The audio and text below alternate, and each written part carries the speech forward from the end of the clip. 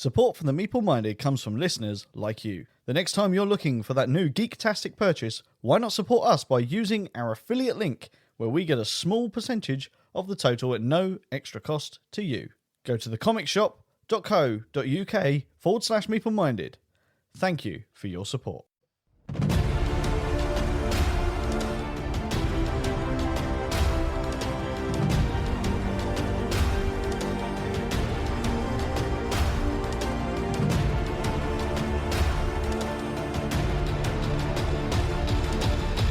What is up, guys, and welcome to the Meeple Minded podcast, the podcast where we talk all things tabletop gaming. My name is Jason.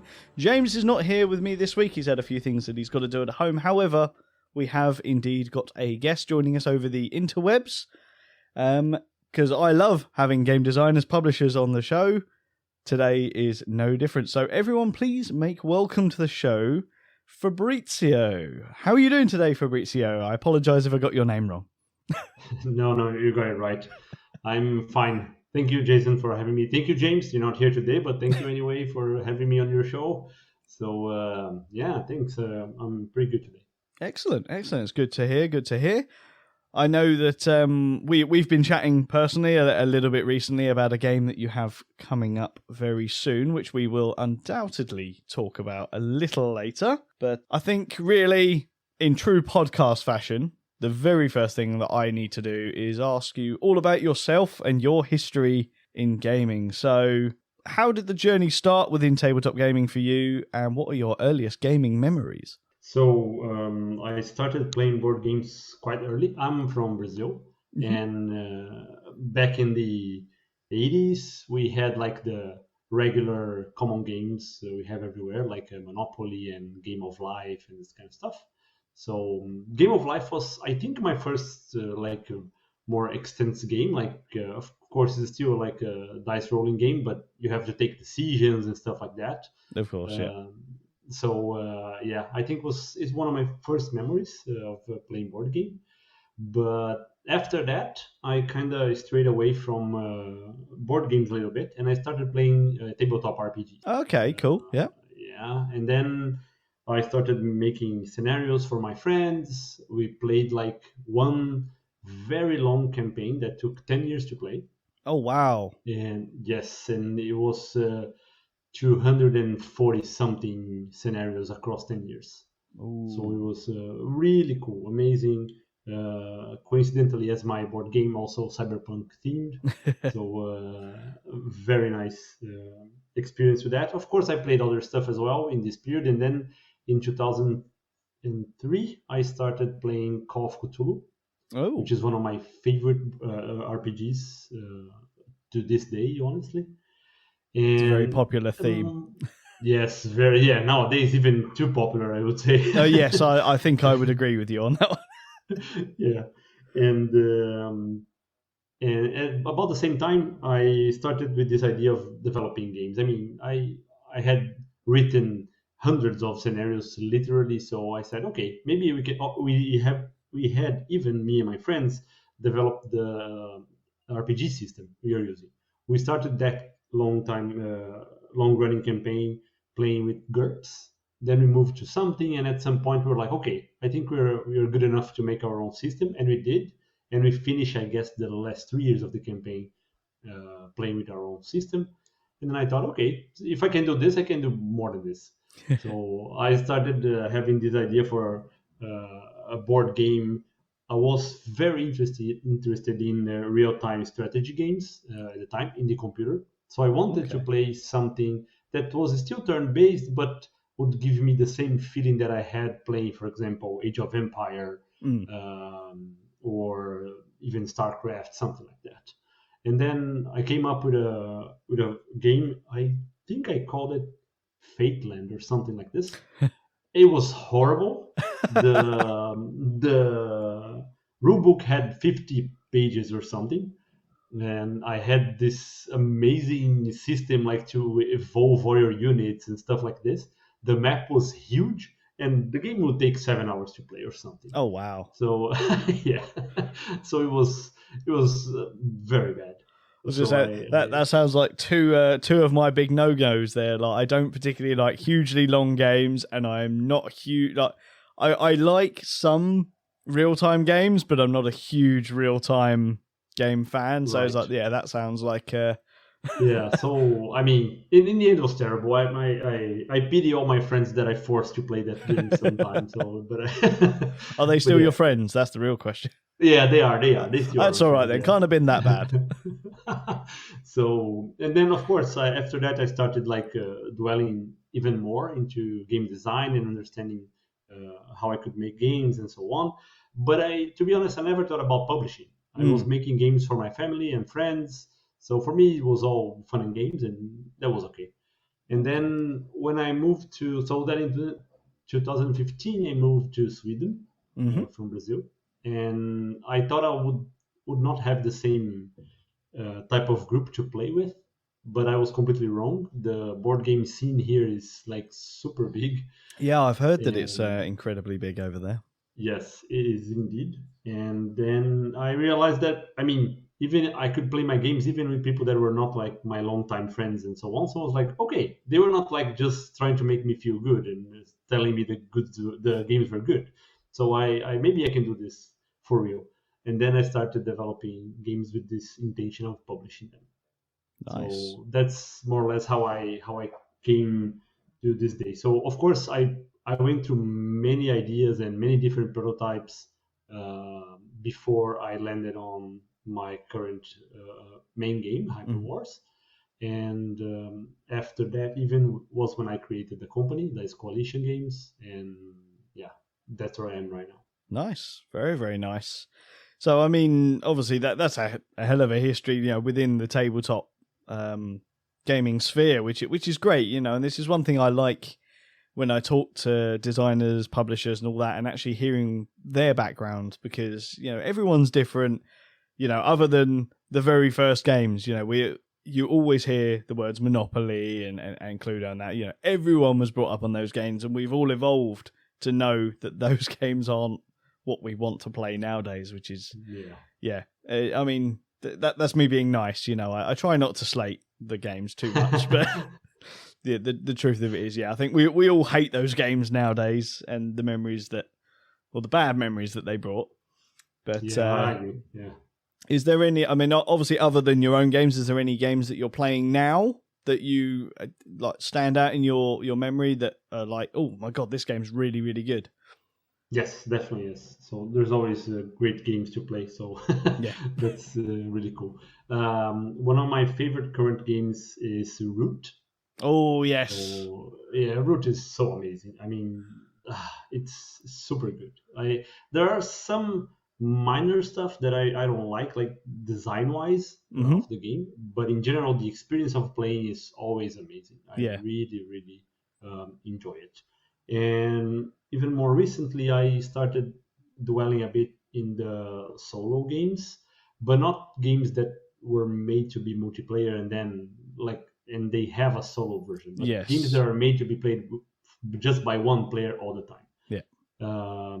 And especially puzzle games, because I'm trying to make a puzzle game now, Okay. and so I started playing other games to like see how they work, how they feel, and Mm. getting more substance, so to at least discuss this subject. And I'm playing a game from Rene Kinesia called Brains Japanese Garden, Oh yeah, the good which doctor that is is Mr. Reineknitz. yes, oh my god, such a good game. I really, really enjoy it. I have It's no very good. idea how a single human can come up with so many different So game many different ideas. games, yes. Oh my god, how does he do that? Like, it's crazy. It's crazy. You Yeah. get to speak to some people and they're like, yeah, I really thought I was going to break down creating one game, how you go about making hundreds upon hundreds of games. And Yes. granted, they're not all like instant classics, but they're not. I can't think of any really that are bad per se, which Exactly. means Yeah. I suppose the creativity is definitely there. Yes, and even if you have like several of his games, and even if he reuses some of the mechanisms, even so, the game doesn't feel repetitive at No. all. It's No. not like you're playing the same game with a different theme or something like this. It always gives you a different experience. So yeah, it's amazing. Yeah, I have to agree, 100%. I can't think of a single Reiner Knizia game that I've played that feels exactly like a carbon copy of another. So yeah. Absolutely fantastic. Yes, and I have some games on my pile as well that I didn't have the chance to put on the table yet, but I'm very excited about. So one is Mechanical Beast. Okay, yeah. Which is really cool. And yeah, I think this is the one I want to see more in table. And of course, we were talking about Rai and SDR games just before we started. So I'm also really hyped to play Earth Rising as well from them. I can't wait to receive the copy. I could be really cruel because I have a prototype copy on the shelf. Oh, in fact, look, it's literally right next to me here. Like. Oh yeah, that's there. Yeah. So I'm very, very grateful to Ria and to Laurie for letting me have that. Yes. To play a really, really good game. I can't wait for the official game to turn up because obviously this is a very, very early copy. But yeah, I'm super, super excited for that game to turn up as well. Yeah. So Nice. Yes, very, very good. Have you played any of their other games? Obviously, they did Pugs and Mugs, and I think Ria is currently working on one as well. Yeah, I played one of the ones they are working on now. I have done some playtesting. Hedgehop Hooligans, is that it? Yes, exactly. That's the one. Yeah, that's the one. Super fun game as well. Yes, yeah. My partner and I played that at Games Expo, and she loved it. Yeah, it's always good when the partner likes a game, and she was like, "Oh, when that comes on Kickstarter, you're backing that one." I was like, "Well, I didn't need you to tell me that, but I'm going to do it anyway." But now that I've got your blessing, that's always good. That's always good. That's true. Yeah. So you mentioned a little while ago about that you did was it a role play that was cyberpunk theme, and we know that your new game that's coming up for Kickstarter soon is cyberpunk theme. Is that a theme that you particularly like? Because obviously you've done multiple games for it now, and do you feel that theme within games is a vital part? Yeah. First of all, I absolutely love cyberpunk.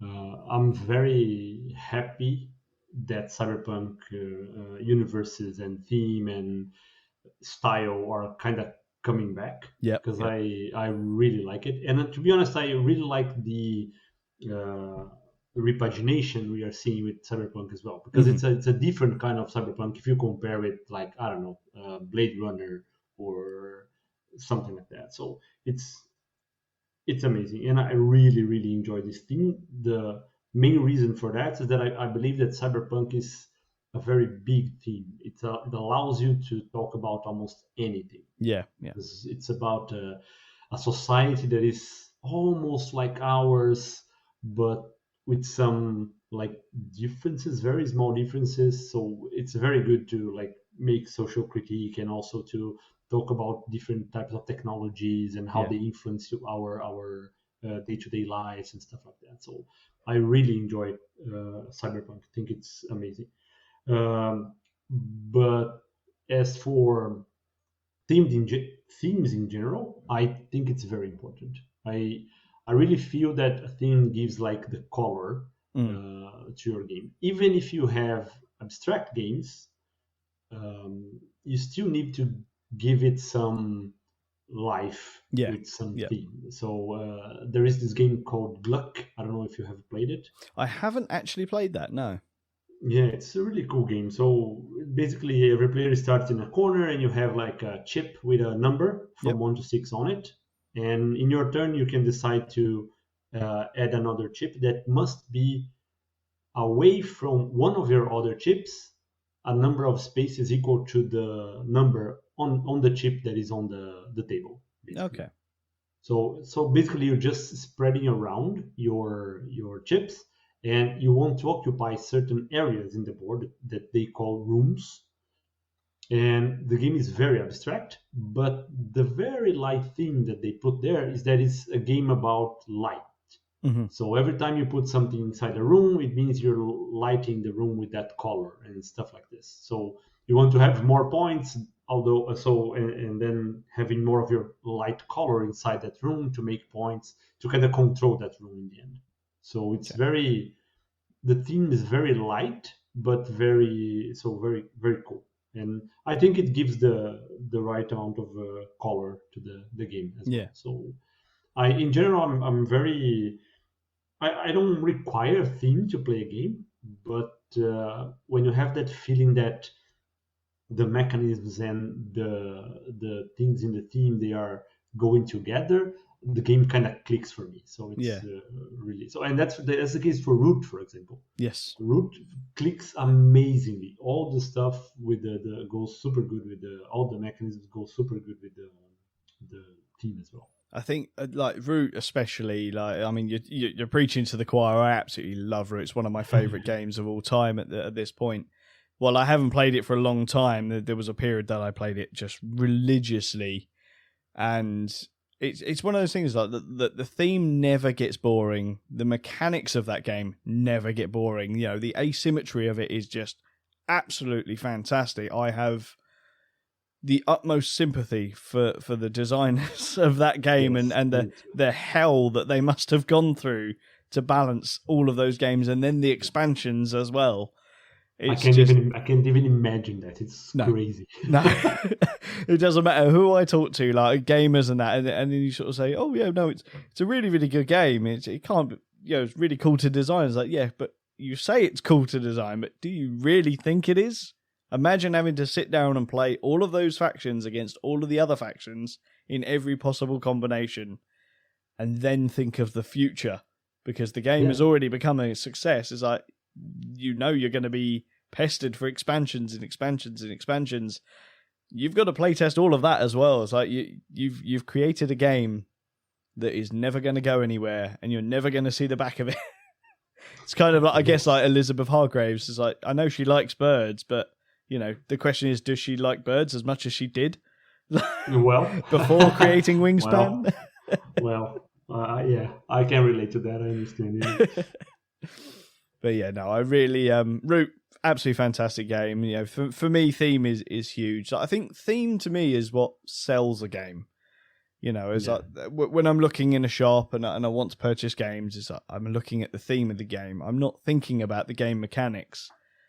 But obviously, once I've got the game, it then switches to being, well, what are the mechanics like? So is that something that you assimilate to? Do you find that when you've got the game, it's all about the mechanics, or do you still find that the theme is more important? Yeah, for me, I kind of do the opposite path, because I normally look for types of games, meaning mechanics. So mechanics wise that I like. For example, I really like engine building games. Mm-hmm. So if I see someone saying, okay, this is an engine building game, I have to look at it. Okay. And then, okay, fine. Maybe I don't like the theme that much, and then I don't know. Maybe I don't want another game with I don't know, Cthulhu theme again. So let's just choose some others. And also, there are some themes that I don't appreciate as much nowadays. That I won't say I avoid it, but I mean, if I have a choice, then maybe I will choose something else. I don't know, or something like that. Okay. Like for example, medieval fantasy games. Yeah. I mean, I've been many times around the block, and I mean, so for me the theme is very old now. I really can't play much more games like there are. It's kind of a theme that's a dime a dozen, isn't it? Like there's loads of them. Like no matter which way you look in a game store, there'll be at least 3 or 4 different games that have that theme. Yeah, exactly. Yeah. And I would say the same for zombie themed games. Yes. I used to love the theme for movies, for TV shows, for everything, but at some point it was like, okay, we have reached it's saturation. There's nothing else is that saturation point completely. Yes. Nah, that's fair. I mean, I think this is another reason why when we first started chatting and you were talking to me about the game and the theme being cyberpunk, was just sort of like, okay, there's a few cyberpunk games out there, but it's not a game, it's not a theme to a game that I'm seeing every day, so that definitely intrigued me straight away. It's like, okay, cool. Well, I know my partner likes cyberpunk. This is a theme that I'm not going to be inundated with constantly. I think, as you said, cyberpunk seems to be becoming a bit more popular ever since the release of the computer game, 2077, yeah. Which, I mean, I didn't play it, but I heard all the stories that people were waiting years for it, and then it was basically not completed. But I mean, it makes me laugh because the fact that you can do that with a PC game or a PlayStation game. Can you imagine releasing a board game that isn't finished? Like, yeah, that's crazy, right? Yeah, yeah, yeah. It's early access board game. Yeah, we'll send you most of it. yeah. Like, you're gonna receive some dice. You can do much with that, but yeah, create your own scenarios, I suppose. Yeah. But yeah, are you a computer gamer as well, or do you stick solely for the tabletop? No, I play computer games as well. Cyberpunk 2077 included. Mm-hmm. I was one of the players of the first tabletop RPG in the same universe, so Cyberpunk 2020.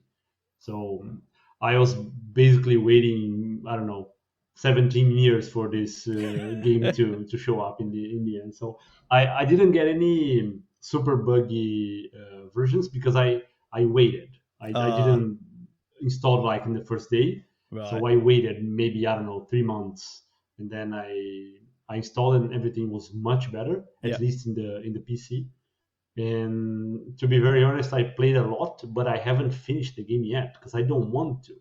Okay. I don't want the story to end. There's so many things you can do, so many side quests you can follow, and the universe content is so rich that I just can't finish the game. I just want to stay there forever, or until they launch another one. Then I can finish this and jump on the other one. So I don't know.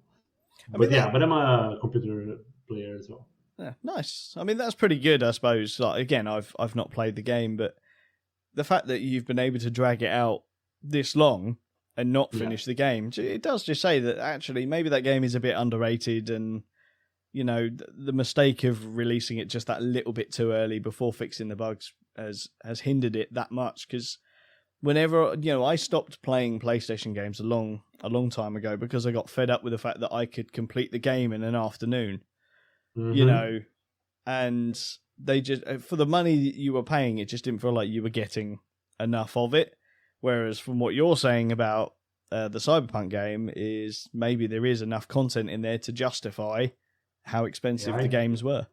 Yeah, I think there is. I mean, the game is super well made, and it's so immersive. And of course, it gets more and more immersive as you have new mods and as you have new releases, new updates for the game. So I think it's a gorgeous game. I would recommend anyone to play it because it's really amazing. Yeah. Okay, cool. I mean, it's probably a game I will check out at some point, I'd imagine. But nice. Most of my time is either taken up running gaming clubs, recording the podcast, or sleeping. Well, time well spent, I would say. Obviously, yeah, we have to throw in that there's a full-time job in there as well, and I have a son that I have to look after as well. But, the important things were mentioned first. So, but yeah, so you obviously you mentioned that you used to design games for your friends in the family. Are they all heavy into games, or was that just sort of enabling you because it was something that you wanted to do? Yeah, my friends are pretty much heavy gamers, I would say. At least like the closest one, the ones that I have closer and for longer. Mm-hmm. So yeah, we all have played like video games and tabletop RPGs, and even of course board games when I started playing them more. So yeah, definitely. Family, not so much. I would say my mom and my younger sister were more into it, but still, yeah. Yeah, that's fair. That's fair. I mean, my family are. My son enjoys games, but he's not. I don't know. I mean, he's 9 years old now, and he's not super keen on getting into the more in-depth stuff. He likes playing the sort of very family-friendly younger kids games. He does enjoy those, but I I think I'm on holiday next week to spend the entire half term with him, so we'll probably get a decent amount of gaming in. But I don't see me breaking out Ark Nova with him anytime soon. Yeah, but does your son go with you to the board gaming clubs and stuff like that? He does when he's with me. Like he doesn't actually live with me, unfortunately, as much as I would love him to. But when he's down with me, he will usually come along. Nice. And he does enjoy it. But again, that tends to be the nights that we're playing the family-friendly games. Yeah, because some of those friends of mine that used to play RPGs with me like a long time ago, they have kids now, and it's so amazing to see like how they're so proud to tell me, I'm bringing my son to a RPG table now, or I'm game mastering for a group that has my kid on it. So I think this is amazing. I don't have kids, but I think this would be like a super cool, like a kind of going full circle. I was playing RPGs and I'm game mastering games to my son or daughter. So yeah, I think it would be great. I was actually chatting with one of my members last night, actually, because our friendly local game store now has a regular role play campaigns for kids, and he was telling me about a particular story that he'd done, and a character called Wallace had managed to do something, and where he said he'd done something and he was getting heavily rewarded for it, and all the kids were like, but he didn't do anything. He didn't do it. So, he sort of did the really good DM thing. As like he adapted the story and then ended up killing off Wallace later and made all the kids cheer. And it was just sort of like, that's really good to hear, because, these are kids that are sort of 7, 8, 9, 10, all that sort of age. And it's like, do you know what? That is, without the fear of sounding very old, that is the next generation of gamers right there. Yeah, but they are indeed, yes. While I'm not hugely into role-play games myself, that is definitely lovely to see, because they will explore the hobby. They may well stick with just role-play games, but they will explore board games, they'll explore war games and card games and all of that kind of stuff. And it's just another gateway into the hobby. So definitely, yeah. Absolutely. I think it's vitally important. I'm very old school with my son when he's with me. It's like, no computers, none of that. You don't sit and watch TV all day with me. We play games, we do painting, drawing, all that kind of stuff. It's like, no. I was brought up without a TV, and I think I respect it. I respect things a lot more. I mean, I was telling you before we went live how much I hate technology. Indeed. I think I don't like to spend much time in front of TV as well. I mean, it's okay if some people like to watch shows and stuff like that. I think it's fine. I spend some time doing it as well, of course, but I feel more rewarded doing some other stuff for sure. It's just something, like you said, it's a bit more rewarding playing something like a board game, especially if you win. That's always good. Or even like reading, because of course, it's very close to like watching TV, but it's more active because you are actually doing it, right? You need to keep pulling the story to your you're sort of you're engaging your imagination rather than having your imagination dictated for you. Exactly. So I mean, I'm bad. I should read more. I'm the first to admit this. My partner seems to think I don't read at all. I mean, granted, I don't read a book in front of her, for example. But like for example, once we finish chatting, I'll be going up to bed before I go to work tomorrow. I will sit in bed and read for probably about half an hour, just to sort of make my eyes tired. That kind of stuff. Yeah, sure. And I do enjoy that. So I think more people should do that. Cool. So we've skirted about it a little bit. Would you like to talk about your new game? Yes, of course, always. So Hyper Wars is I believe it's called. You told me that it was on Kickstarter before, but for whatever reason it either didn't fund or you cancelled the campaign. But it is coming back to Kickstarter. That's I'm correct. Yeah. looking forward to it. Would you like to tell us exactly what is Hyper Wars? Definitely, yes. Hyper Wars is a real-time game, and I normally start with that because I know many people don't like real-time games, which is fine. To be honest, I'm not a huge fan of real-time games as well. I like them, but I'm not like super huge fan.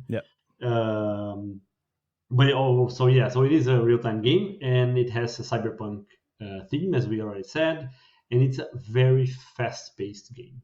Okay. So the game takes in total to play, like the actual action phase and the scoring, it takes between 10 and 15 minutes to play. Mm-hmm. However, the action phase where stuff actually happens, where you can actually influence the outcome of the game, it's only 5 minutes on a timer. Okay. Yep. And the timer is a very important part of that because you need to feel the pressure. The game is all about pressure. So you play as one of those corporations, and you can think about this like one of those Blade Runner corporations. And every player is a different corporation. And on the table you have several small boards. Each board represents a district in a city. Nice. And your objective as a corporation is to try and take control of as many districts as you can. And to do this, you need basically two things.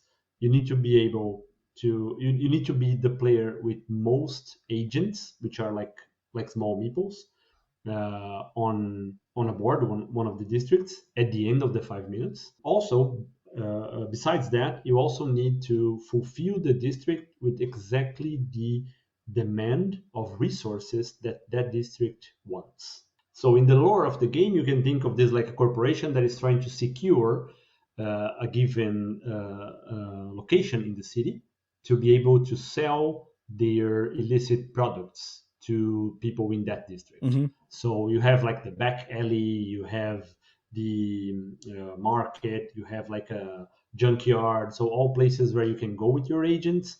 And at the end of the 5 minutes, the player with more agents in each of the districts will try first to fulfill the demand. And if they can do that exactly, then you get certain amount of points.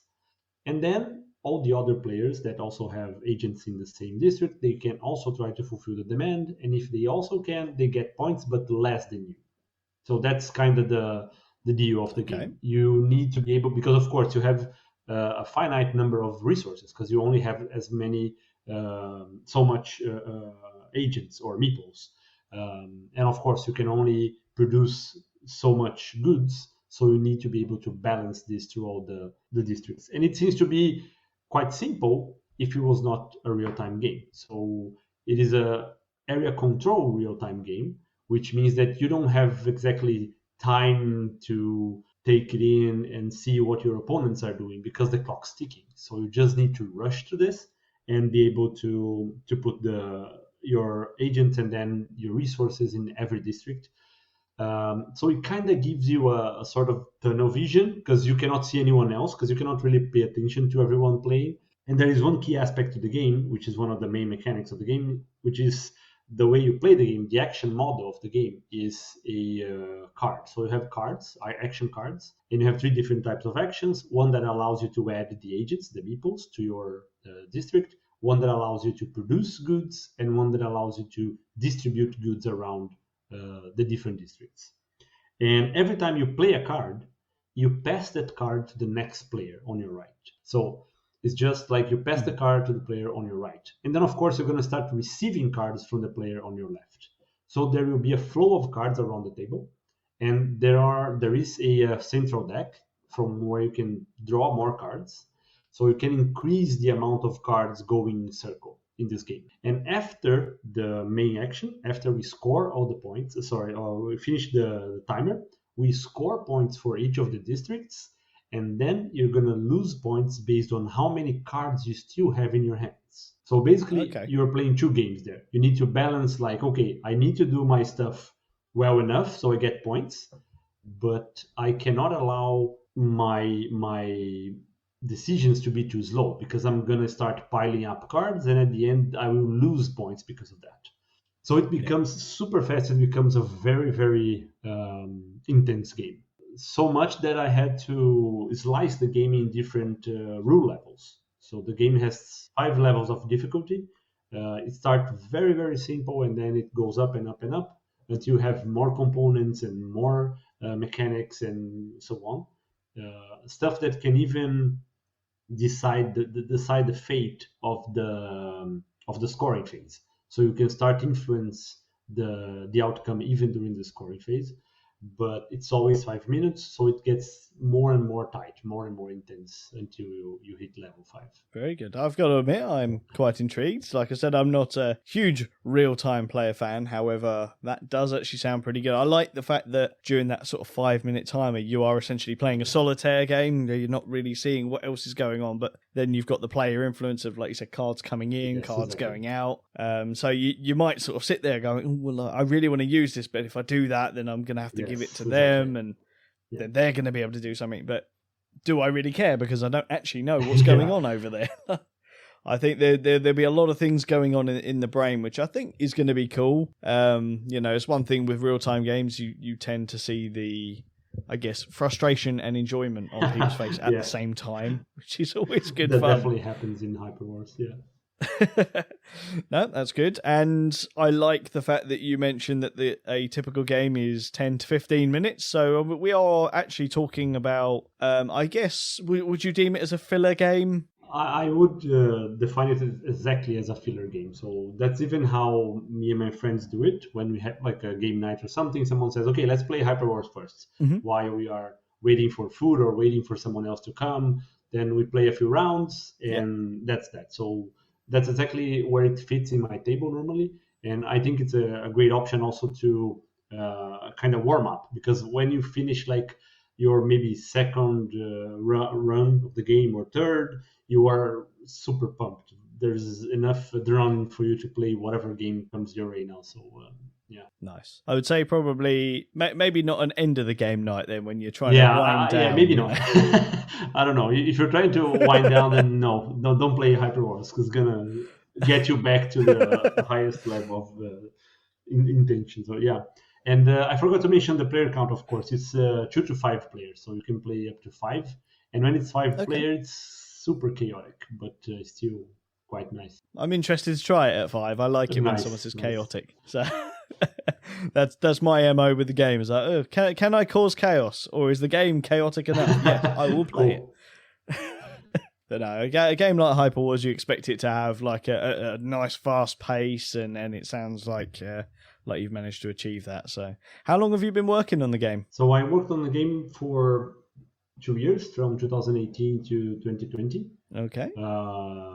And I had exactly the purpose you just mentioned. I wanted to give people this feeling of tension, of something urgent something's gonna happen if I don't do something right now, if I don't act right now. So that was the whole deal the whole time. So there's actually a interesting story, because Hyperwars, the feeling of Hyperwars, I got from a video game. Okay. So there is a video game called Towerfall Ascension. I don't know if you have heard of this. It's a super cool game. It's like a couch competitive game. You cannot play online.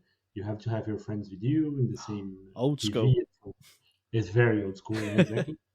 But of course, the theme has nothing to do with Hyperwars. It's basically a game about archers throwing arrows at each other. Yep. And the last player standing wins the round. And then you have several rounds and so on. But the feeling that something is going to happen every second is super nice. So you end the game very pumped. You like super good. And I wanted to I was thinking, okay, is it possible to have the same feeling but in a board game? Can I actually do this happen in a board game? So this was the first thing that came to me when I decided to create Hyperwars. And I was okay. I'll take the challenge. Let's see if I can make this happen. So that's exactly how I did it. And of course, I had to change a lot of things.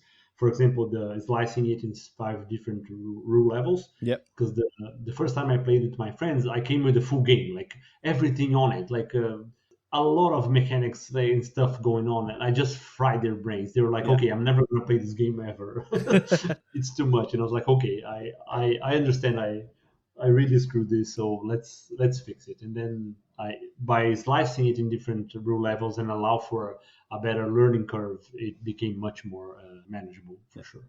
I mean, I guess that's ultimately the point of playtesting, isn't it? Really, because you've Exactly. playtested the game, they've gone, no. Yes. And it's like, okay, cool. I've learned something from this. Back to the drawing board. Let's work on this. I've now spliced it up into 5 different things. Oh yeah, that's much better. Yeah, and then it exactly. enables them to focus on the game itself, and then potentially find other things that may not work. Whereas before there was that barrier, they might not have seen those other things because it was like, no, there's just too much going on. Exactly, but I think that's a key part of game development, really. And the thing is that I started playtesting the game maybe 2 weeks after I created it, like the first time. So I just had like some, I don't know, meeples I got from Carcassonne, and I had a map that I printed home, and then I don't know, I just got something and I had some ideas, and then I put it on the table like 2 weeks after I created it, because I think this was very good. So the process was very important, especially in the second year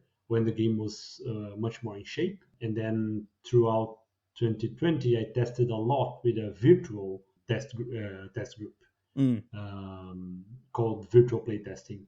So it's over Discord. So it was super good. Like the game improved a lot, especially because many of the people there, they are game designers as well. Playtesting with game designers is super cool.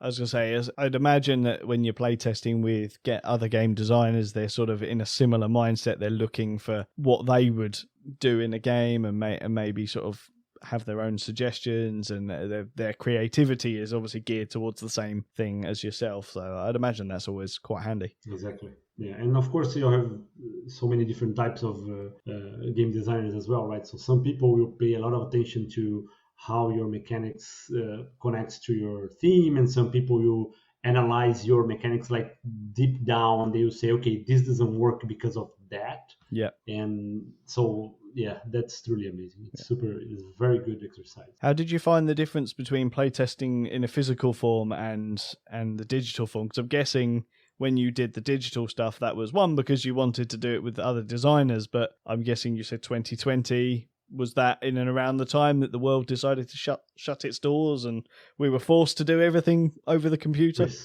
Precisely is that. Yeah, exactly. It was mostly because of COVID. I mean, I love to play test over Tabletop Simulator or other tools. But in the end, for Hyperwars, it helped a lot when I played with other designers, because they can kind of understand the situation I am in when I put a real-time game over TTS. Because ultimately, Hyperwars is also, of course, a dexterity game, right? You need to like pass cards. You need to take stuff from the middle of the table and distribute over the different districts, and you have to do it fast. Yeah. So it becomes a dexterity game super fast. And in the end, this is kind of not super good.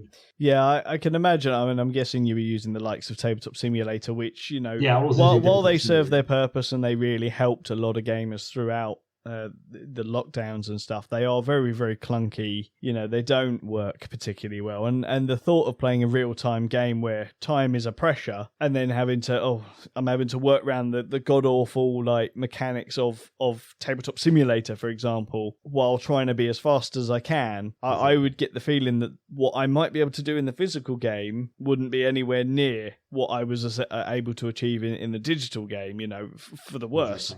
I reckon the physical I would do much better, but because even like super small details. For example, in Hyperwars, when you play the card, you play it face up, so you know exactly what action you are doing. And then when you pass to the player on your right, you pass it face down. Of course, yeah. Because then this marks that you're no longer using that card. Yeah.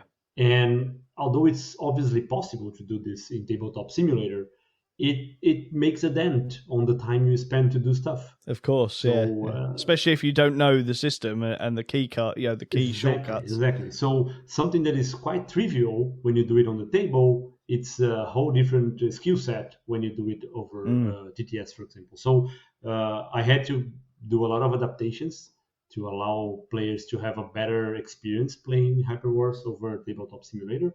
But that is also the clear reason why I never had it on Tabletop Simulator for my players to play by themselves. For example, uploading it to the Steam workshop or something like this. I never done that because I know this was hurting the fun in the game. So yeah, Yeah, so it wouldn't give people an accurate representation about what the correct. game actually will be. Yeah, correct. Yeah, so I think that's not a unique thing to real time games. I think a lot of games suffer like, oh, well, I played this for the first time on Tabletop Simulator. It was rubbish. Uh-huh. So yeah, but until you play it physically, you don't know that a game is rubbish. It's very, very different. Yeah. There's a reason that out of choice I don't play Tabletop Simulator. I think Board Game Arena is becoming very, very good. Now that I think it's owned by Asmodee, as far as I'm aware. So it's getting the investment it needs. But again, it's not the same as playing in person. Yeah, so. I have played many games over Board Game Arena as well, and I don't know, some games I really enjoy playing there because sometimes it removes the clutter of the things. Like it's just clicking buttons now. It's much Yes. easier to play. I can't remember a good example now, but Castles of Burgundy. So Yep. I love that game, but handling all the tiles in the physical version is crazy. It's crazy. Everything gets out of place all the time. So it's very, very hard. The key thing I find is it's amazing when you play something online in real time on Board Game Arena, and you can do a game in, say, 35, 40 minutes, and yet you play that exact same game with those exact same players in person, and that game suddenly takes 2 hours. Yes. And the only thing that's different is that you're having to do the upkeep and the moving stuff and things like that. It's amazing how much time it saves just by having a computer do all of the tedious work for you. Exactly. So there are some benefits to it. And that's kind of the same reason why I love games that include mobile apps on them. So I really enjoy this type of let's say guide or helper that allows you to do, for example, Mansions of Madness. I used to play the first edition with no mobile app, and then when they did the second edition, it's a huge improvement. I can't even say how much the game got better. So yeah, I think especially games that have a thematic nature as well, where they actually pay out good money to have like the voice actors and stuff as well. It really adds to a game. While I'm not a huge fan of any kind of technology at the table when I'm playing board games, there are certain games where it's like, no, this does work. Yeah, so, exactly. Yeah, I'm the first to admit that. No, I mean, of course, I don't mean that if it's just a gimmick, I don't think it makes much sense, to be honest. But if it can improve the experience, then I guess it's worth it. Yeah. So let's talk about prototyping just a little bit before we move on. So you obviously mentioned that your very first prototype you got up and built pretty quickly. I'm taking it you went fully DIY on that one, other than stealing meeples out of Carcassonne and definitely stuff like that. Do you prefer the idea of doing everything DIY? Because obviously now there's companies out there that you can obviously pay to make an actual copy of a prototype game. Yeah. Have you done that, or do you just favour the DIY? That's a very interesting question. Of course, I think if you start doing prototypes with some company straight away, it's going to be super expensive, because there will be a lot of iterations and you need to change the game many times. So yeah, I normally use like a regular paper printer at home. My wife is a huge fan of 3D printers, so we have like 4 3D printers home. Lady after my own heart. I mean, you can't see them from the screen, but I can see all mine. Just so just all along the wall. Yeah, so we kind of have the same here, and then like so I started printing my my game components from those 3D printers like from the get go. So when I need something that is more elaborate, then definitely I will go for the 3D printers before I do something else. Of course. But then, for example, for Hyper Wars, when I had the rules well defined, when I wanted to start marketing the game, the first thing I did was a review prototype. So and of course, then you get super good quality of components in general. And of course, I 3D printed the ones I couldn't get. For example, I don't know. I have the resources in Hyperwars. They are little boxes. So Hmm. I have a friend that knows about modeling, 3D modeling. So he made this model of a crate, and then I printed that, and it's amazing. And that's why I want to bring this to the final version as Yeah. well, because it plays so nice and it looks so great in the game. So Yeah. so of course. There's always this, but there are different moments, right? So at the very first moment, I still like to have some sort of art on the prototype. I don't like to like just have a blank sheet and then start drawing on it or make a number and say, Of okay, course. Yeah. imagine this is a warrior and this is just a number one. I'm like, yeah, okay, that doesn't fly for me. I really don't like that. So I Don't favor the stickmen art then. No, just yeah, literally exactly. stickmen. Yeah. So I don't know. I get some art from the internet just for my prototypes, and then I Of course. put Yeah. something together. Something that being a game designer taught me a lot is how to use a image editing program, for example. So Yeah. that's not something I do on my day-to-day work, but it's something I have learned a lot to work with because of being a game designer. So Yeah. and then, of course, I do the initial prototypes. I use a lot of card sleeves, for example, because then I don't have to print on thicker paper. I can Of just go course. with Yeah. like regular paper and I just replace it. So these kind of things. And then I just strip every game I don't want to play anymore, or I have a bunch of other, and then I use all the parts. So I used to play Magic the Gathering like 10 years ago. So Yeah. nowadays, all my Magic the Gathering cards, they are. Uh, they work for my prototypes like all the time. I'm always like sticking stuff on them and putting them inside the sleeves to help hold the paper cards and so on. Nice, nice. I think that's got to be one of the most fun parts, I guess, of designing a game and actually DIYing what is ultimately a real bodge job of a game. You know, taking Exactly. cards from Magic the Gathering and putting them in sleeves, and then just a bit of paper in front of it, for Yes, example. yes, yes. That's really good. But you did definitely touch on something there with the 3D printers. Do you think that might actually really help any future game designers, like if they get to the point where they think their game is ready to be play tested properly, would it be worth them like actually investing in a not a cheap printer, because I would say that the cheap ones are probably more hassle than they're worth, but you know, a little bit of money just to sort of help with components rather than paying someone else to do it all for you? Yeah, luckily the 3D printers they are getting cheaper and cheaper. So Mm, it's been a very good investment. At least for me, it's totally worth it because yeah. I print so many things on that thing nowadays, and even if like as you said, the cheaper ones like the PLA plastic type of thing, that of Yeah. course you cannot Yeah. do a super fine resolution miniature or something like this, Mm, but it still works super fine if you want to make like cubes and exactly. small Yeah. different Yeah. forms. So it works perfectly, and definitely is gonna up your game in regards to prototypes. Every time I bring a prototype to, like, let's say, our local game store to play with people there, everyone is always like amused, like, did you do this? And I was like, yeah, sure, but it's just a 3D printed stuff. It's not like something Of course. Yeah. it took me. And of course, there's like thousands and thousands of free models on the internet that you can even download and print yourself. Yeah. So that's Yeah. super um, super easy to do, and I think it's totally worth it. Yeah, I couldn't say enough good things about what 3D printing has done for the hobby as a general Yeah. thing. You know, we're war gamers; they're playing with fully 3D printed armies at a third of the cost. Yes.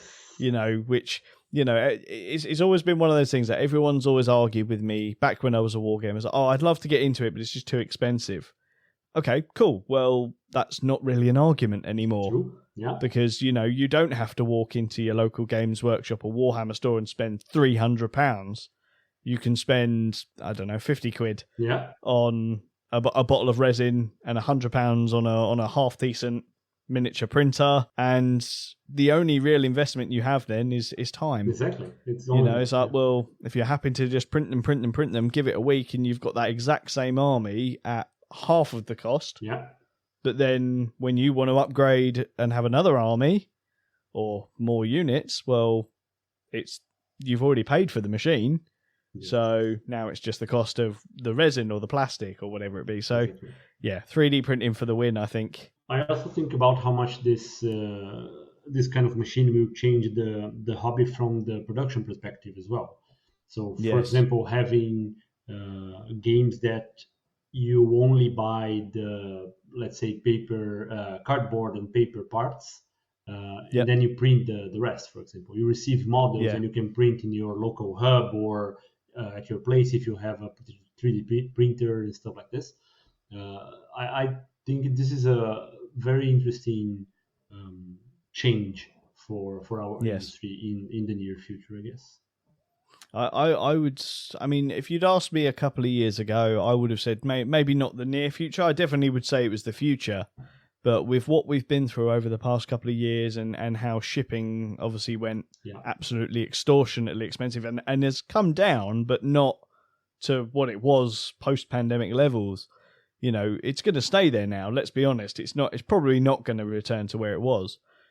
So, the big miniature heavy games that you would see on Kickstarter, I've said it a few times now, is I think we're at a junction in the hobby where you will still get some companies that will do your miniatures, but I can also see, as you said, maybe a separate pledge level that says, we'll send you all the cardboard and the box, but pay us X amount for the miniature files. You get a model and that's that. And you print them at home. Yeah, exactly. You know, and I think I think there's been a couple of Kickstarters recently that have done just that. It's like, look, we'll make the miniatures for you, but just so you know, you're going to pay through the nose for it.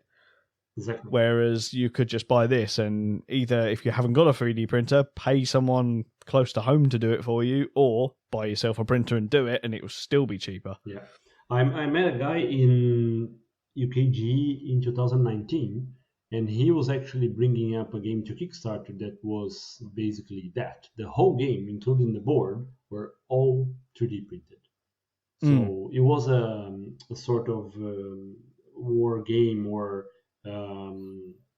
combat style. I think. Game. Do you know what? I think I remember it. I can't for the life of me remember the name. Yeah, I'm trying to remember the name now, but I really can't.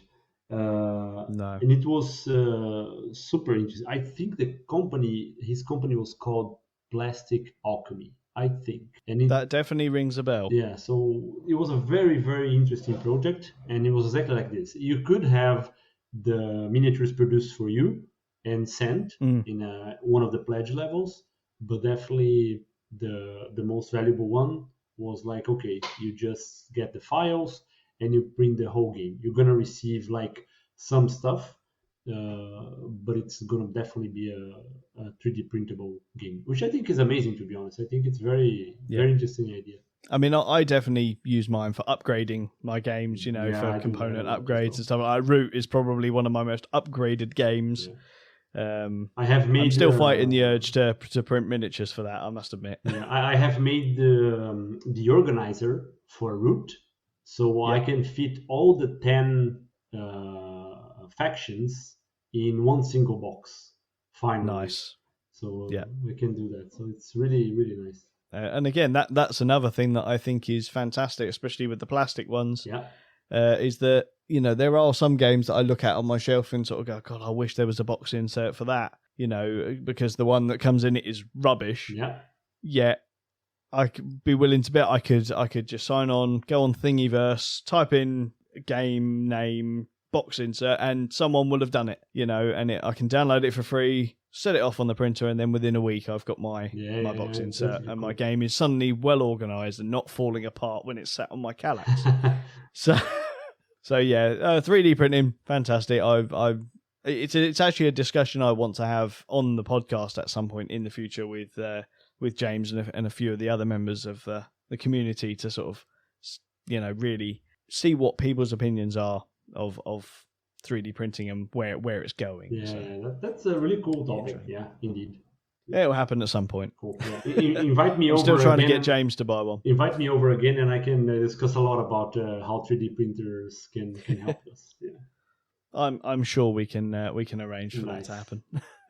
So I guess one more thing before I let you go, because I've kept you here for an hour already. How have you found the design process, and then more importantly, with your upcoming Kickstarter, how have you found the build up to that Kickstarter? Is it a stressful experience, or is it just excitement building and knowing that you're going to get a game out there? So yeah, the design process is I found it was super interesting because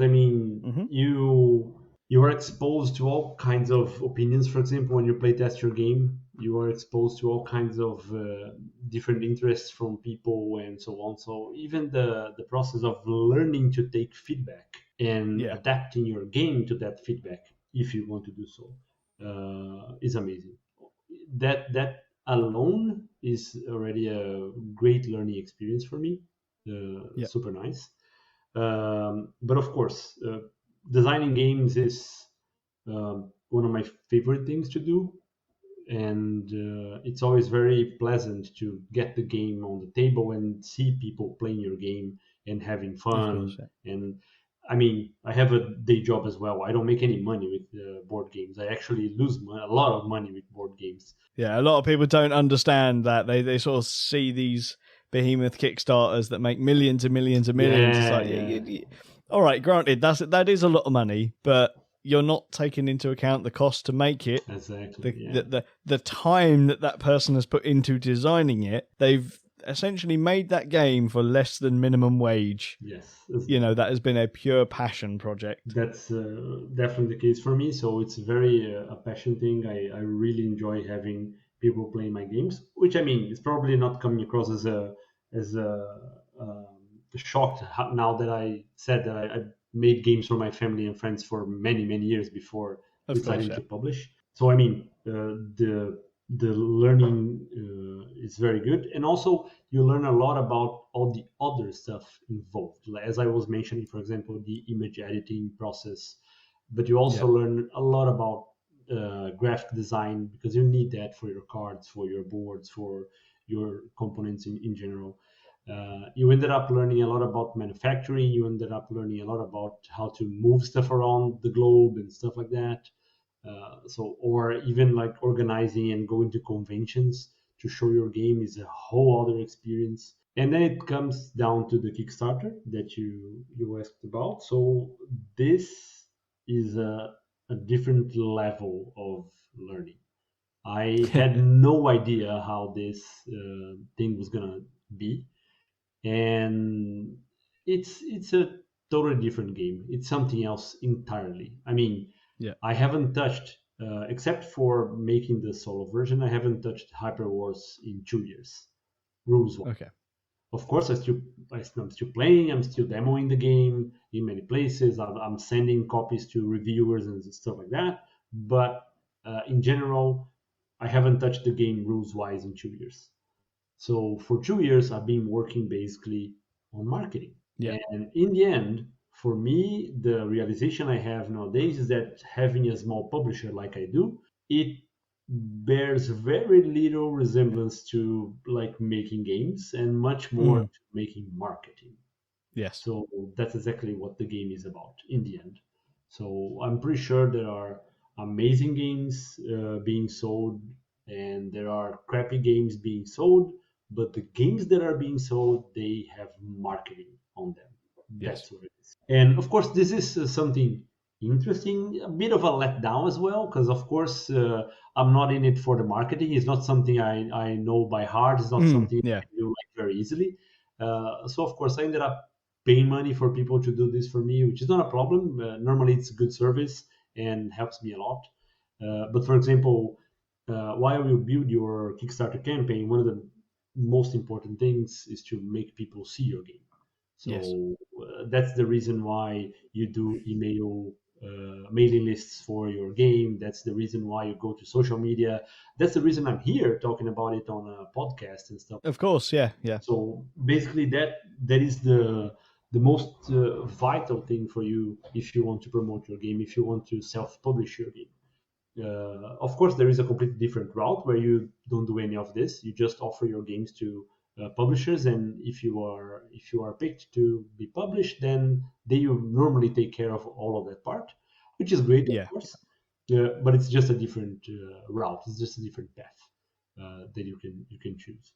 So definitely has been a super humbling experience, because you understand how you actually need to make this about the other people, the people that will play your game, how you need to make them understand that, okay, maybe you are just a small publisher and you want just to bring your game to the market for the people, but there are thousands of others doing exactly the same.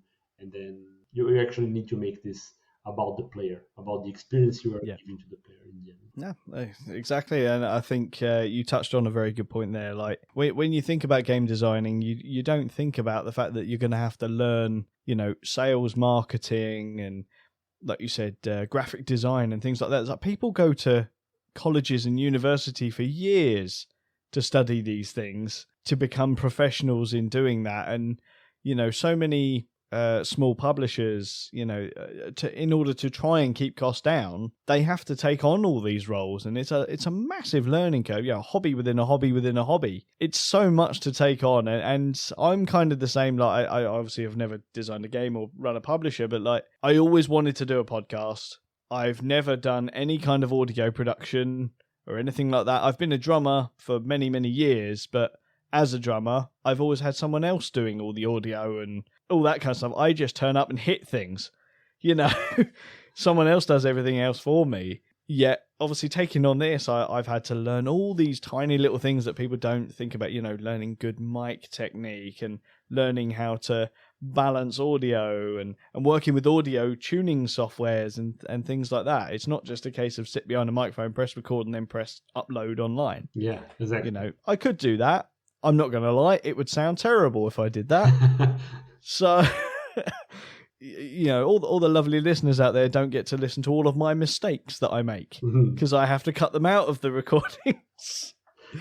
I forget my own questions. I have to stop talking for a couple of seconds to read what I've written and stuff like that. It's all a learning curve that I've had to take on with things like the podcasting, and as you've said, you've had to do something similar with the whole publishing your own games. Yeah, exactly. So the journey from designer idea to something on a shelf of a store that you can buy from is like so big. So it's it's huge. Yeah, if only it was simple. Yeah, exactly. Yeah. But yeah. So when is your Kickstarter actually due to drop? Have you got a date that's coming out? Yes, it's on October 27th. Day after my birthday. Aha, nice.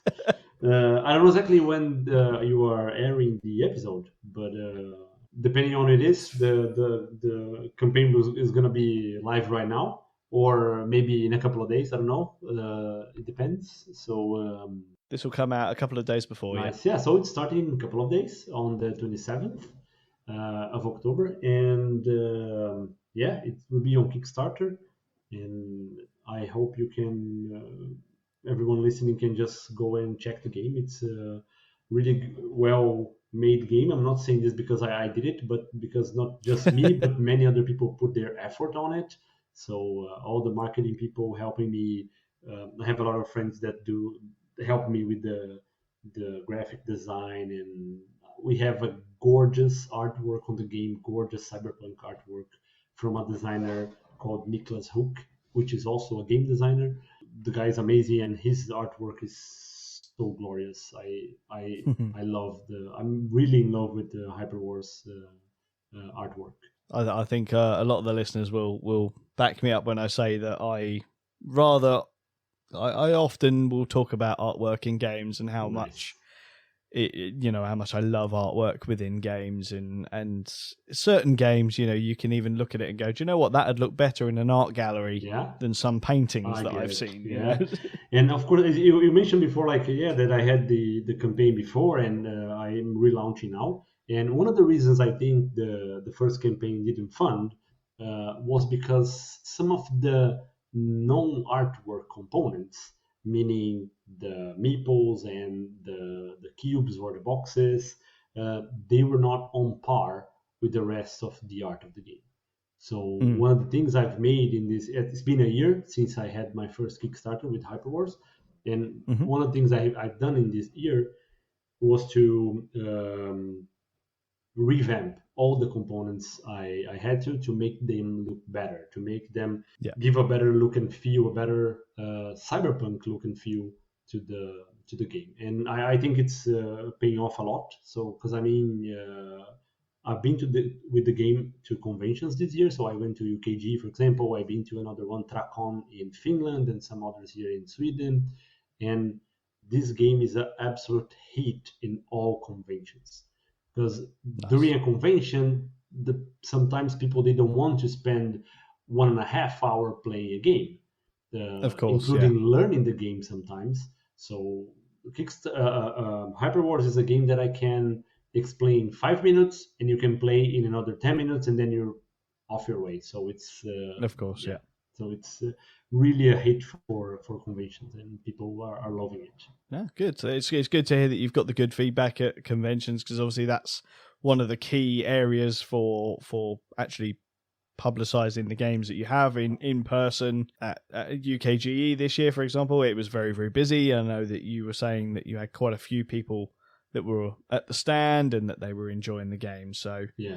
Fingers crossed, this time round it will be a little bit easier for you. It's nice to hear that you've sort of listened to some feedback and have adjusted certain things about the game to bring those components into a more in line with the rest of the game. Yeah, so. That's for sure, yeah. Awesome. Cool. Well, thank you very much for your time. I apologise that I've kept you for so long. No. But it has been a pleasure talking about the game and getting to know you a bit better as well. And more importantly, learning about the game that's coming to Kickstarter that is probably going to take some more of my money. I can well believe it. So you can expect to see my name on the back of the list, I'd imagine. Nice, thank you so much. Or it might actually come under my partner's name. Who knows? All right, yeah. There's going to be a copy coming into the house. Let's put it that way. Cool. Yeah, no. Thank you Awesome. so much for having me, Jason, and James as well. I'm very pleased to be here today and talking to you about Hyperwars and game design and all this stuff. Yeah, really cool. It's been a very interesting conversation. A little bit of everything in there: 3D printing, hobby, a bit of computer gaming. So I think we've ticked all the boxes today, which is great. Yeah.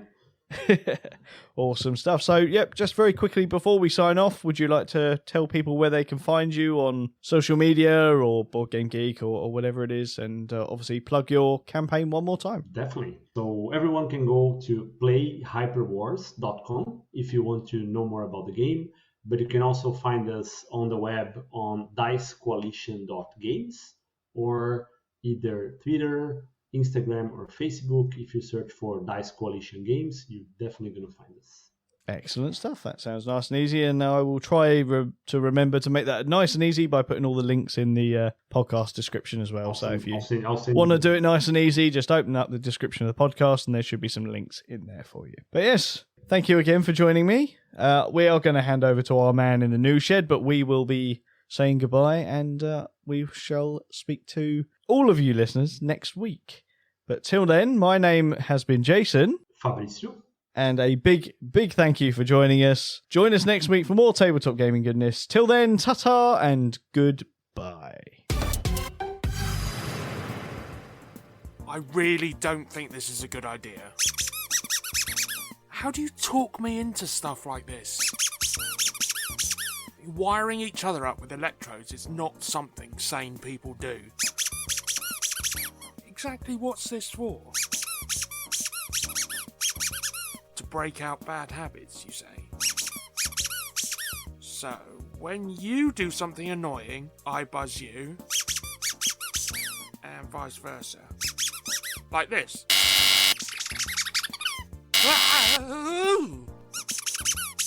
Okay, I get it. Don't think the voltage is a little high, do you? That's higher, you little sod. Right, enough. Just let me get the news done without giving me burnt ends, and we can start your little trial. What have I signed up for? Brian, old chap, would you be so kind as to press our jingle button? Thank you. Back to this year's spiel for a moment. With most of the attention on the show's floor and the dazzling newly released games, things continue behind the scenes with deals being struck between designers and publishers, and indeed the future of the hobby, including a certain game in which we, humans, no longer play a role. After Us is a game by Florian Sirio and Catch Up Games for 1 to 6 players that is scheduled to debut at February's Festival International de Jeux Game Convention, or FIJ, at Cannes in 2023, before general release in France in March. Licensed versions are likely to follow in other languages, but such deals are often worked out at Spiel itself, so watch this space for a more general release date. Well, in a nutshell, About Us, the title of the upcoming game from Catch Up Games, is in all sense Planet of the Apes, the game, but with a more abundant collection of the primate species.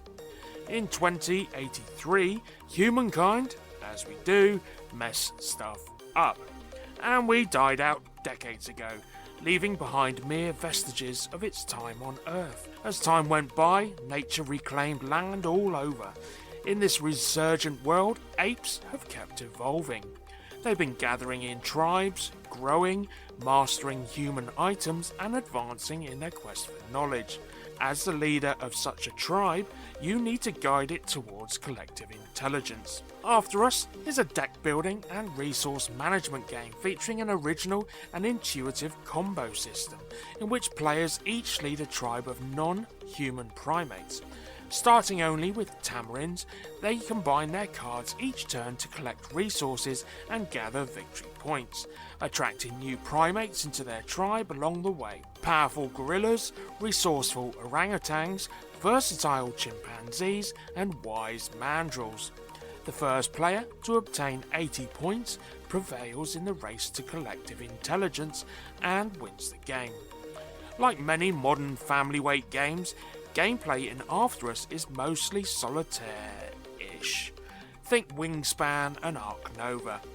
Each player starts with a deck of 8 random tamarins, and on a turn you draw 4 of them. Arrange them in a line as you choose, then carry out the actions in the completed boxes line by line from left to right. As you probably tell, After Us is all about the puzzle of how to arrange your cards in a row.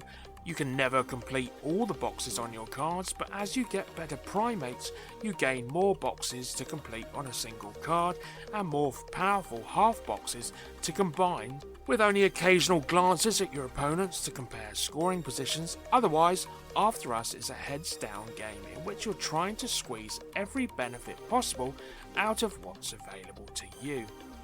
UK publisher Steamforged Games recently announced its next video game to board game adaptation that will be heading to Kickstarter on November 22nd. After bringing us Dark Souls back in 2016, which raised over $5 million, Steamforged Games has gone on to bring us adaptation after adaptation to the sum of over $22 million, with notable games based on video game licenses, among them Horizon Zero Dawn, Resident Evil, and Devil May Cry. But its products are far from perfect. Horizon Zero Dawn, the board game, was published with several errors and omissions, leading to a hefty set of errata.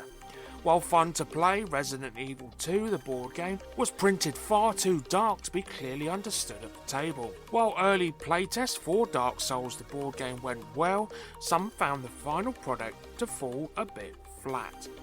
Later, Dark Souls, the role-playing game, was so riddled with errors and contradictions that the entire first batch had to be reprinted. With that being said, the British company has just announced Elden Ring, the board game, which has already garnered over 20,000 followers on its Kickstarter preview page, with, as I said, the project not going live until November 22nd. Elden Ring, the board game, will immerse players in the Forsaken Lands Between, in a vast, sprawling world of decaying grandeur that unfolds through their exploration. 1 to 4 tarnished players will embark on a huge and varied adventure, visiting iconic locations and crossing paths with familiar enemies and characters. The video game's characteristically challenging fights will be recreated by intelligent, dice-free combat, requiring players to strategize and adapt their plans during each encounter, whether that be with a lowly Godric soldier or the grafted king himself. With the video games of Dark Souls and Elden Ring sharing no real connection, the game plays very similarly, so we shall have to see if their board game adaptations play similarly and Steamforged have learnt from their string of issues. A game still awaiting release that has been 6 years in the making is Precognition from French designer Julien Prothier and being published by Ludenor. The game was brought to my attention after reading the designer diary over on Board Game Geek, and the trials and tribulations over the course of those 6 years from its initial concept of being based on an anthill to what it is now, and its introduction of a new card drafting system going by the name of the Dual Select system. In a post-apocalyptic world, you play a Prescient, an immune gifted with the power of precognition. You travel down the Great River, exploring the banks to rescue contaminated humans, to hire immune doctors to treat them, or immune protectors to protect the boat from the banes of which to come. Try also to collect batteries to activate the machines of your boat, or food to feed the new healthy humans. In Precognition, you must truly see the future to win the game.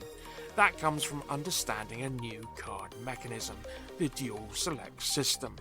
In addition to being innovative, the Dual Select system fits perfectly with the theme, because among the 2 cards that you will let pass, one of them will come back to you next turn. You have 12 turns to make the right choices. Your goal is to have the most healthy humans at the end of the game. To keep the humans you take in while working your way downstream, you will need food, doctors to treat them, and protectors to fight banes you'll encounter, so good luck. The game is played over 12 rounds, with each round consisting of 3 distinct phases, with each phase being done by all players simultaneously.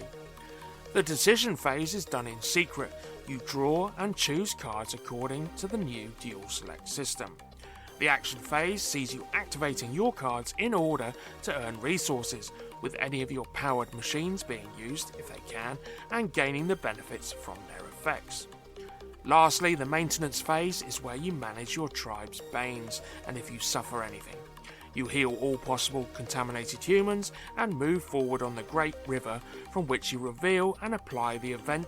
Each player applies the event's effect. Every 3 rounds it is the end of the season, and it is when you feed the new healed humans, but make sure you do have enough food for everyone.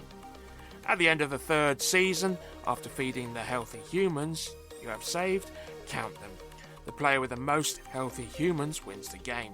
If tied, the player with the most healthy humans and contaminated humans wins the game. If the players are still tied, they share the victory. I'm always one for nice artwork, and Precognition is no exception. Sebastian Cavallero has been brought on board to add his unique essence to the game, as he has done for other games such as When I Dream, Lost Cities, Manara, Not Alone, and all of the latter 2 games' expansions. As I mentioned, Julien Prothier's design diary is over on Board Game Geek website and is well worth a read. Have you ever been sat playing a game of Catan? Looked across those little hexagonal tiles that comprise the island and think to yourself, this would make one heck of a novel? Nope, me neither. But the creator of everyone's first non-Hasbro board game, Klaus Tuber, believes it's worth at least 3.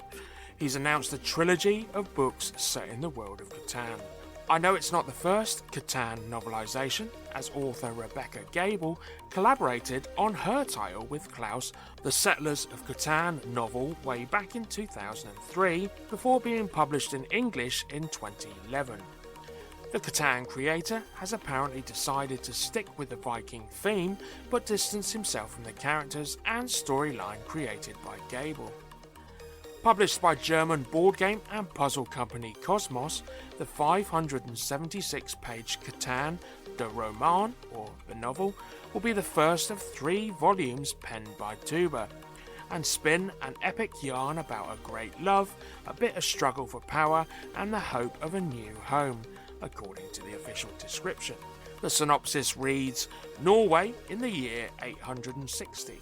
The half-brothers, Thorolf, Yigvi and Digur, help the daughters of the Viking prince Haldor to escape. Haldor's revenge is not long in coming. He roams through the territory of the liberators, pillaging and banishing them. The brothers have no choice. With settlers who are willing to emigrate, they set out for new shores and after an adventurous sea voyage reach Catan, the land of the sun. But the island presents the brothers with enormous challenges. Will they stand together to offer the settlers a brighter future, or will this task divide them? What isn't clear is why Tuber is returning for a second stab at storytelling within the world of Catan, especially one attempting to lay the foundation for a trilogy. The company that has sprung up around the competitive trading and building board game rebranded it as simply Catan in 2015, dropping ostensible mention of a colonial settlement from the title. Tuber could be looking to seize on renewed interest in tabletop games as intellectual properties, with longevity in markets outside of local game stores. I mean, board games attempting to break mass market through alternate media is a little hit and miss. Take my guilty pleasure of the movie Battleship, which to many was seen as an expensive catastrophe, and the numerous dabbles with Dungeons and Dragons over the years, animated cartoon series aside. Although the upcoming D&D film, Honor Among Thieves, could break the mould. A new hidden movement board game that sees one player hunting the others is giving off a serious Dead by Daylight vibes, as The Stifling Dark, a horror board game by sophisticated Cerberus Games, is garnering for your funding over on Kickstarter right now.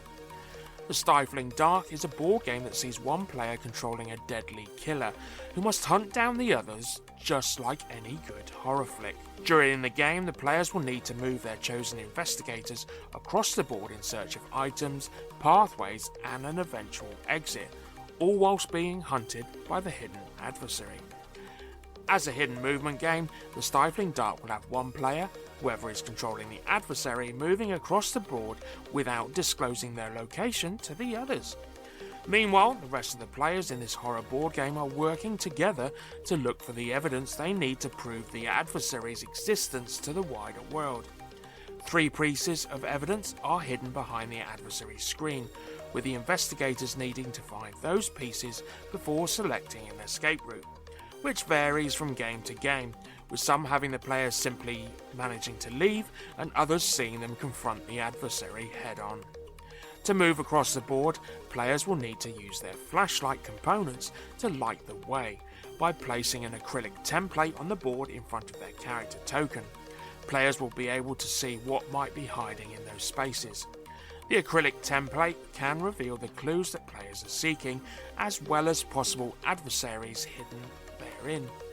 If they find themselves in a tight spot, players can choose to sprint across the board, thereby covering more ground than they usually be able to. However, characters have a limited amount of flashlight battery life and stamina, so they'll need to be careful with their usage.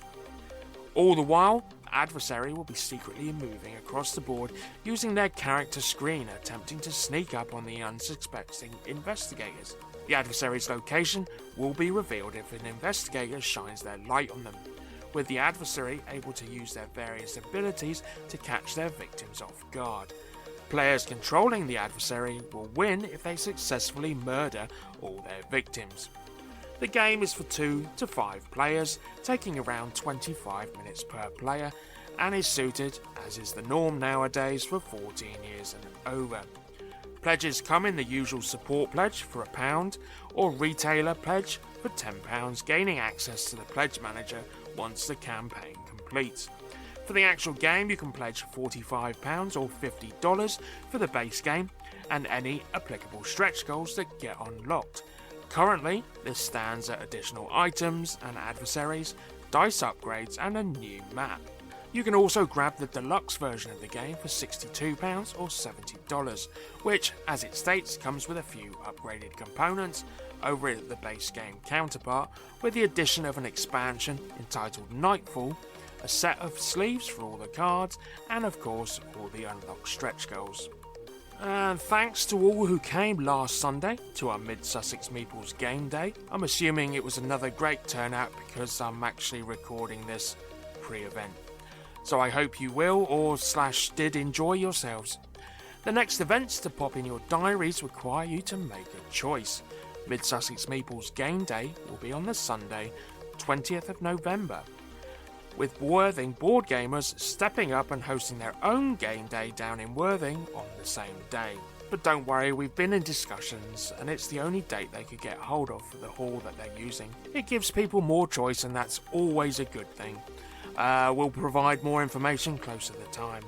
Well, we'll just have to see how the format change goes with the listeners, won't we, Brian? I know money's tight everywhere and those crowdfunding projects don't seem to be getting any cheaper. I mean, we are the news, and I've never seen any residual checks from the publishers, to be honest. What do you mean, you have?